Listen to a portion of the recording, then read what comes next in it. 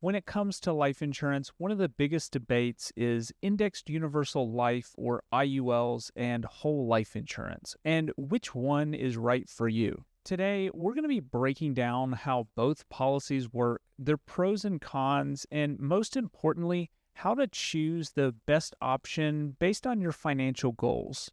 Let's dive in. So, first, let's get into how an indexed universal life works. So, an IUL is a type of permanent life insurance that allows your cash value to grow based on market performance. Now, the biggest difference with an IUL versus a whole life in that aspect is an IUL on paper is going to be a annually renewable term product. So what that means is the underlying underwriting for that policy is going to be based on term, and that policy will renew every year. So here's how that policy works. You pay premiums just like any life insurance policy. A portion of that money covers the cost of insurance, and then the rest builds cash value.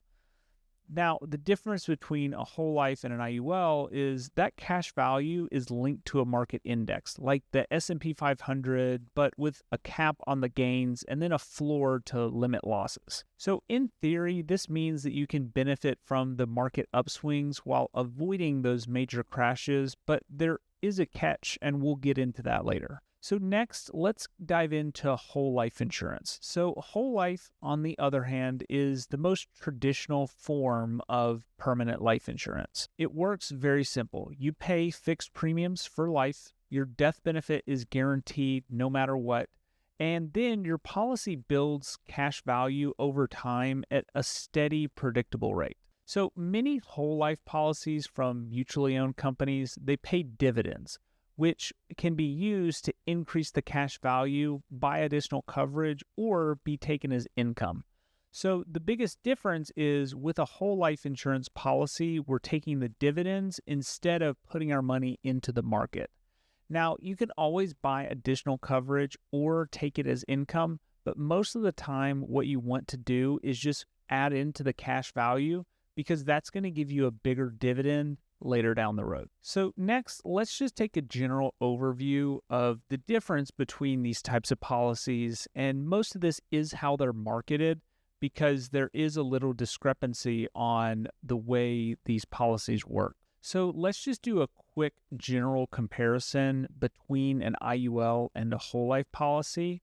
So the first one is the cash value growth, which we had reached. The first is the cash value growth. So this is going to be market linked with caps and floors in an IUL.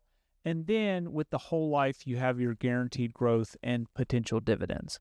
Now, premiums, technically the IUL does offer flexible premiums, and the whole life gets the reputation of having fixed premiums. So while this is true, both policies really can only work if you are more fixed with paying your premiums. So while the IUL offers flexible premiums, in reality, both are fixed if you do want these to work in a long-term sense. The next is going to be the death benefit. The death benefit is very simple.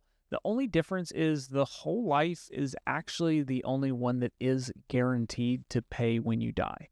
The difference is with an IUL, while the cost of insurance does go up every single year, what can happen is that death benefit 20 years down the road, if that policy doesn't have enough cash value in it, the death benefit might not pay out because the policy will lapse.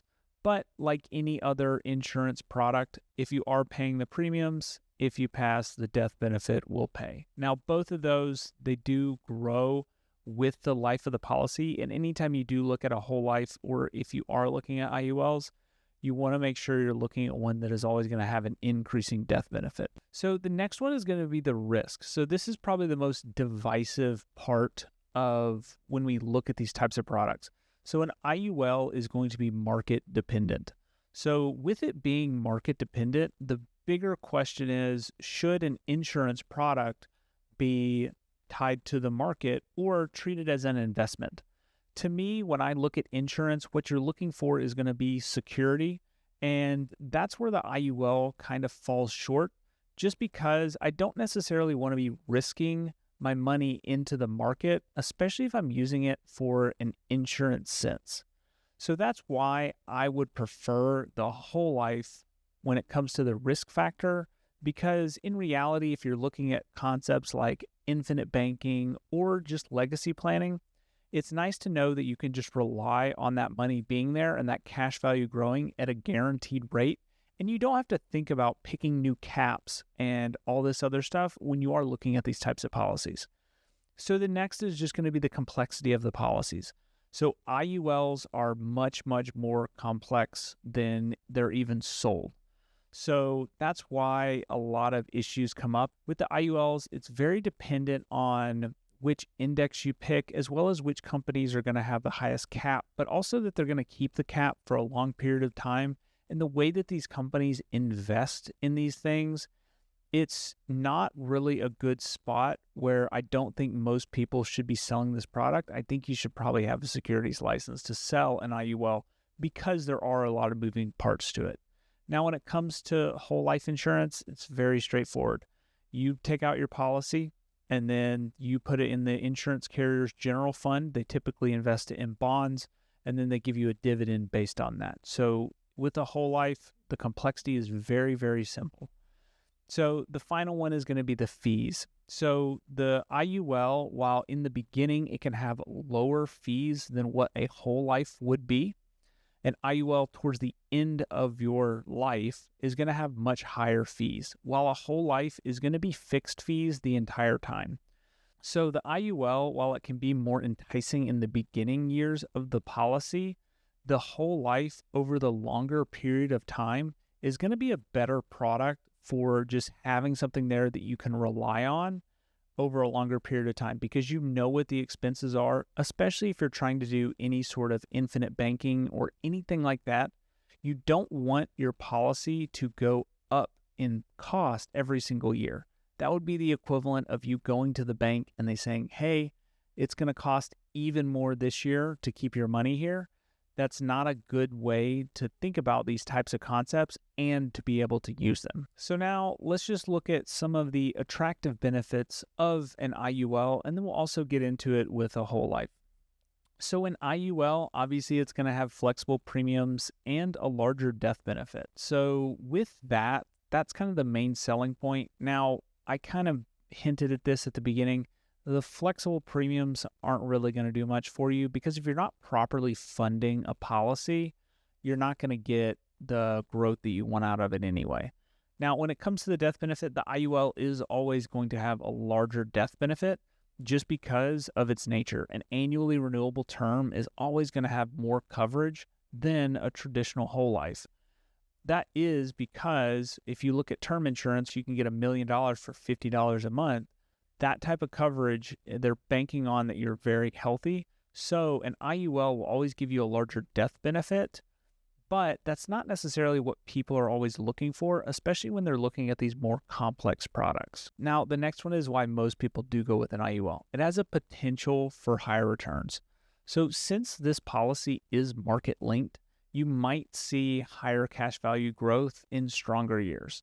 Now, the issue with this is while it does have or can have higher returns over those years, with this type of product, if you do end up in down years, those costs that add up over time, they can become an issue, especially for these types of policies. And the last thing we want is to play investor with our insurance policy. Again, you can do it however you want, but most people, when they're looking at a life insurance product, they just want to make sure that if something happens, their family's taken care of, but also that they can leverage the money in scenarios that they do need to use it. While an IUL, it can just be an issue because if for some reason that the market stays down, you can end up losing all of that money. So while there's a potential for higher returns, typically for most people, a whole life is actually a better option just because it's consistent. And if you're trying to use this product for more of an insurance product, a whole life is always going to be better. Now, next, let's look at whole life insurance. So again, whole life is going to be more designed for stability and guarantees. So with a whole life, with most carriers, you're going to have a guaranteed death benefit. So no matter what happens, as long as you're making that payment, that death benefit will come. With the carriers that we work with, we always want to look for a carrier that's going to give you dividends as well as one that's going to increase that death benefit. The more money that goes into the policy's cash value, you want to make sure that that death benefit keeps growing, because a lot of carriers, which is why whole life gets a bad rap, it's because once you get to a certain point in that policy, you've actually paid in more than what you would actually get out. The next pro for whole life is always going to be the predictable growth. The cash value would grow at a fixed rate, and then it's supplemented by dividends. So typically, if you're looking at a dividend rate, 5, 4, 5, 6%, while an IUL can show 8%, whole life insurance carriers have paid dividends for over 100 years. They haven't missed. They paid it during the Great Depression. It's a reliable source to grow your cash value in a safe spot where it's completely tax-free. If you need to take a loan, it's just going to be a better scenario than putting money in an IUL. And then the final one is obviously whole life is the only product you need to use for infinite banking. It is in Nelson Nash's book to not use an IUL for this type of thing. So anybody that's trying to tell you to do infinite banking with an IUL, frankly, they don't understand how that concept works. I hinted at that earlier. You don't want to go to a bank where they increase the cost that it costs you to keep your money in there. That is the same as using infinite banking with an IUL. It has the same outcome. Now, the final part is just going to be the risks, right? An IUL, it has no guaranteed returns. So with that, if you have a bad year, you get no growth. And as well as the fees. So obviously IUL policies, they have caps, participation rates, and cost of insurance charges that would eat into your returns. So one of the biggest issues with an IUL is more so the age that you take it out and if you're willing to go fully underwritten for them. I think in some scenarios, people actually want IULs and they work, but for most people, they're trying to take this product and do something when it's not meant to be used in that way. And then with an IUL, obviously, since we do have flexible premiums, that you always run the risk of underfunding, because since you put it as a flexible premium, most people will end up underfunding that policy. And what happens is that policy will end up lapsing because there won't be enough cash value in that policy in order to keep it alive. Now, with whole life, obviously, whole life isn't perfect either. Here are just some of the cons of that. So whole life has typically higher premiums compared to an IUL, as it costs more up front, which can be a deal breaker for some people. The next is obviously it's going to have less flexibility. So obviously your premiums are going to be fixed. You don't really get that flexibility that you would get with an IUL. But with any of these products, I don't think you should treat premiums as flexible, as with these types of products, they're very heavily dependent on the cash value that you have in there. And I don't know why you wouldn't want to underfund these when you actually understand how these products work. Now, the next one is obviously going to be cash value can have lower growth potential. So obviously cash value would grow steady, but it won't match market rate returns in a good year. Now, this is very important when you're looking at illustrations, because in many cases, IULs underperform than what they're illustrated at. So that's just something to take into account, that while a whole life can have lower returns, typically an IUL is barely going to outperform a good whole life policy. So most of the time, you're better off taking that guaranteed return over risking the potential growth that you could get with an IUL, but also the downside of an IUL outweighs that. So how do you decide which one is right for you? Here's what to consider.